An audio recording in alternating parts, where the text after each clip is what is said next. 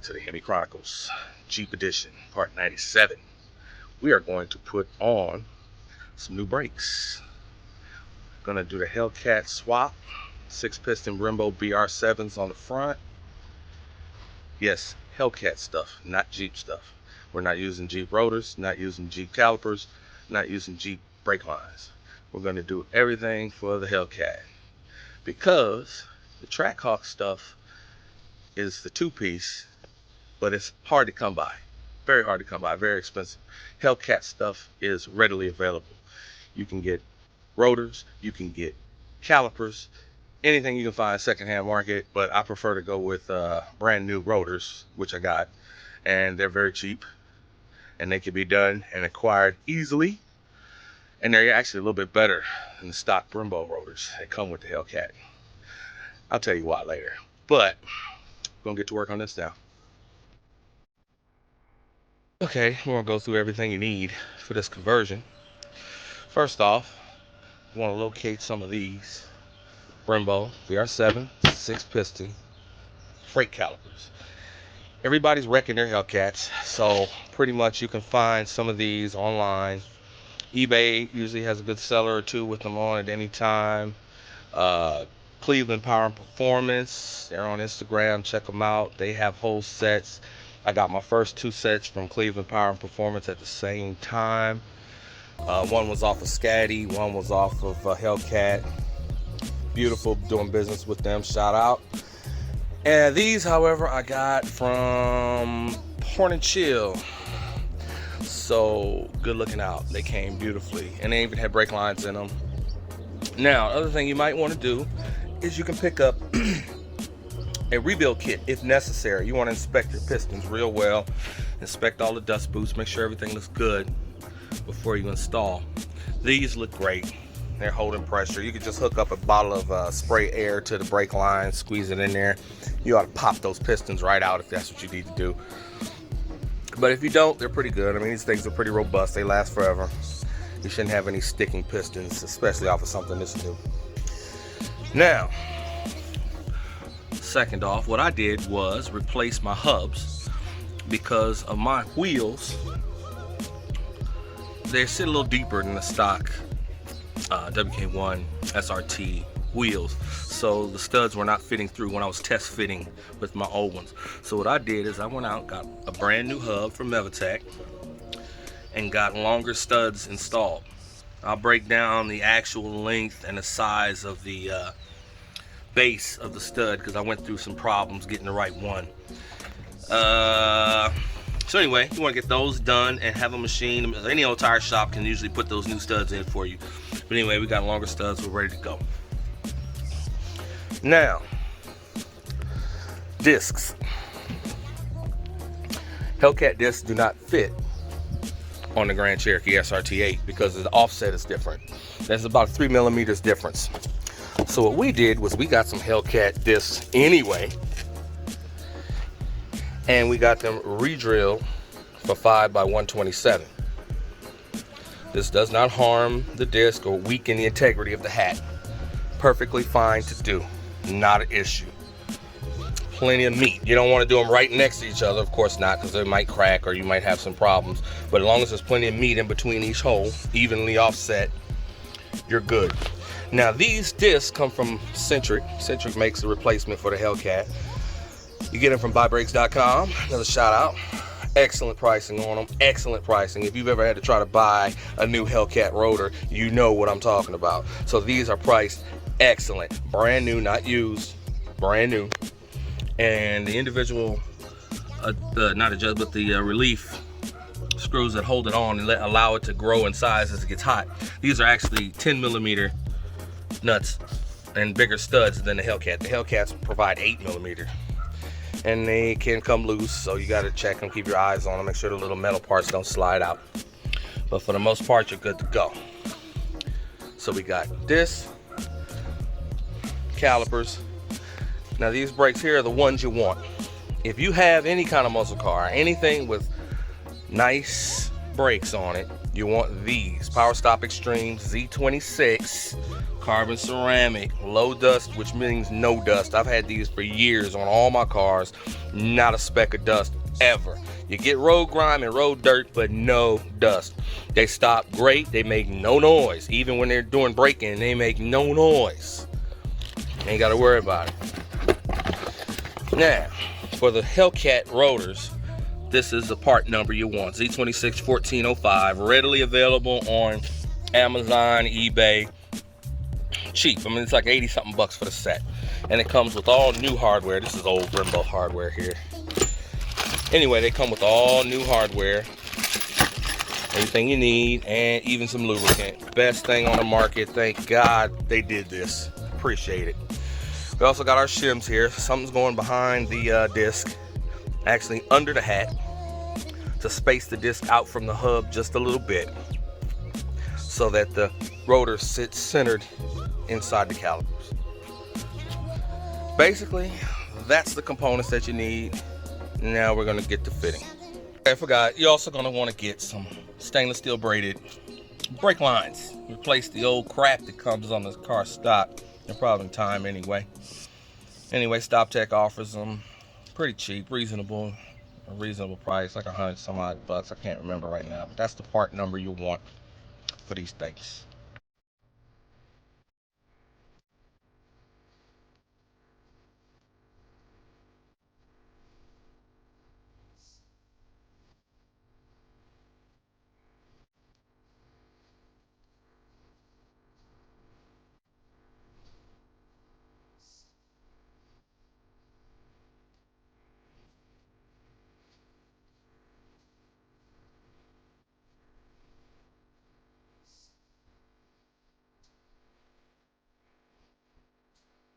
Next step, you're gonna remove these brake calipers.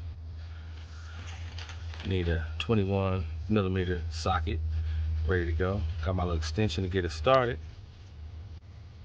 Now for long studs and screws, this thing is invaluable. It's an AC Delco, 55 foot-pounds of torque it provides, works fast. Look at this.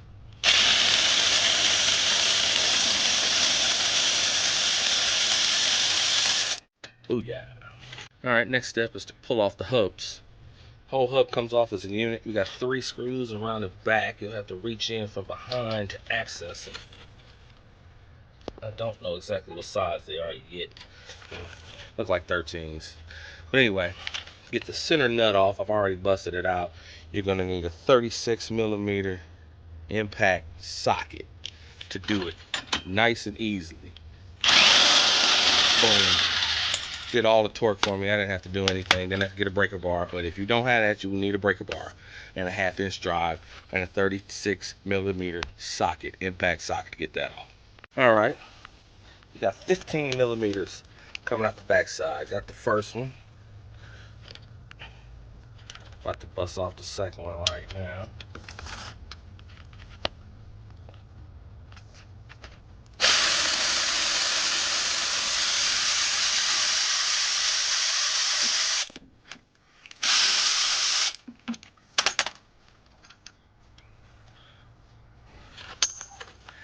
And get the third one, and then do the same thing for the other side.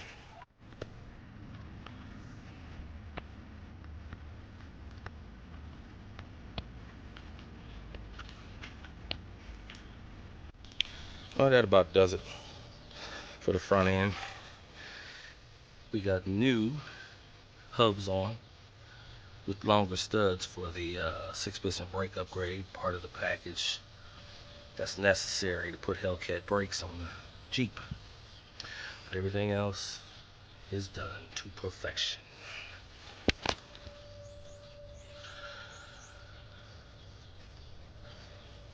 Woody's looking sharp. Mevitech and those nice blue studs. I like that. Kind of a Captain America thing going on in here.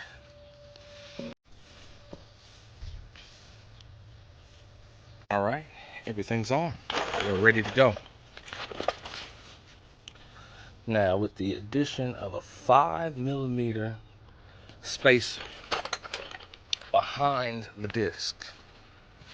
5mm with a 5x5 or 5x127 with a 1/2 inch hole. That's the silver part you see here. That spacer spaces out and fits perfectly inside. I'll provide a link to it. It fits perfectly inside the back of the disc and spaces it out exactly the 5mm that you need. If you have another 5mm spacer you feel comfortable with, go ahead and use it. But this one here fit perfectly, and I actually had to tap it onto the hub so it fits snug as I don't know what. This will be perfect, no noise, no problems.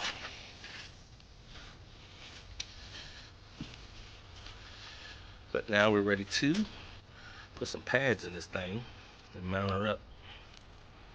Well, about done. Install's complete, brakes are bled. See the mess down there. Got ketchup and mustard right now, but I'll take care of that. Engine bay, engine's still running, battery's not dead. Hellcats on a WK. And woo, the clearance is still special. Put the wheel on there and it is like paper thin clearance between the inside of my stance wheels and the caliper, but it was the same way with the old yellow 4 pistons. So I'm ready to roll.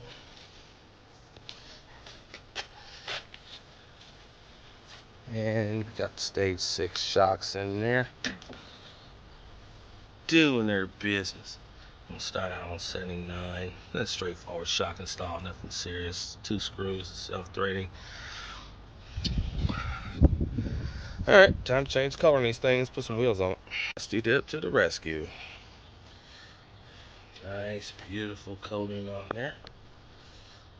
Stand up forever. No more ketchup and mustard. Now it's all blueberries.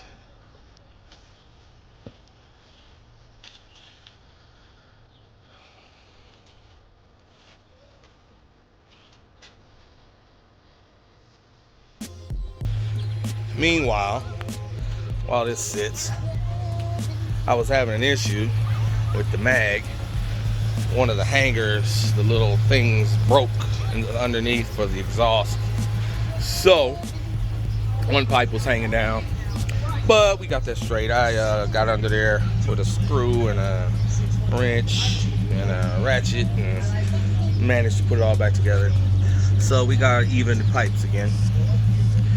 And in the process, the old 300 valance SRT valance served me well. Its time is done. We got diffuser now. How you like that? Out with the old, in with the nucleus. You can have hers. I'm gonna close the trunk. Bam.